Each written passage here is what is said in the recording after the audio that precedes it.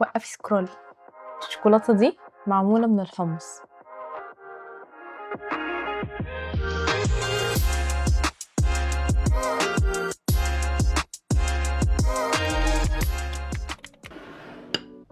الشوكولاتة دي معمولة من الحمص من الحاجات اللي ملهاش طعم قوي قوي، علشان كده لو خلطناها مع شوية من الكاكاو هتاخد طعم الشوكولاتة بمنتهى السهولة.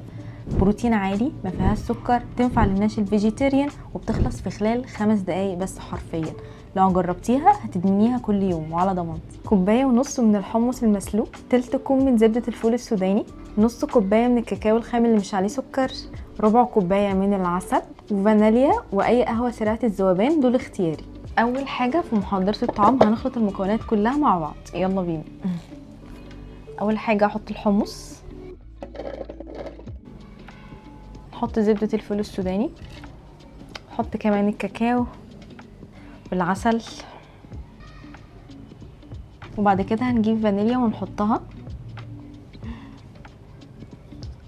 وهنجيب شوية من اي قهوة سريعة الذوبان، يعني معلقة صغيرة.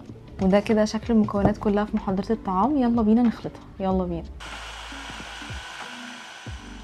تعالوا بقى اوريكم شكلها بعد ما كل حاجة اختلطت مع بعض.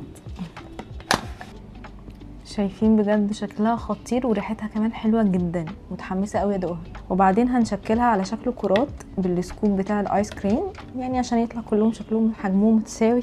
وهبدا الفها كده، وده شكلها كده بعد ما لفتها على شكل كوره. هحطها كده في الطبق. الكميه دي عملت لي تقريبا 10 كرات. وبعدين نيجي لخطوه التزيين، وهي خطوه اختياري. وبعدين هجيب من 50 ل 100 جرام من الشوكولاته الدارك، هسيحها في الميكرويف مع معلقه من الزيت، وتنفع تحت حمام مائي. يلا بينا. وده شكل الشوكولاته كده بعد ما ساحت.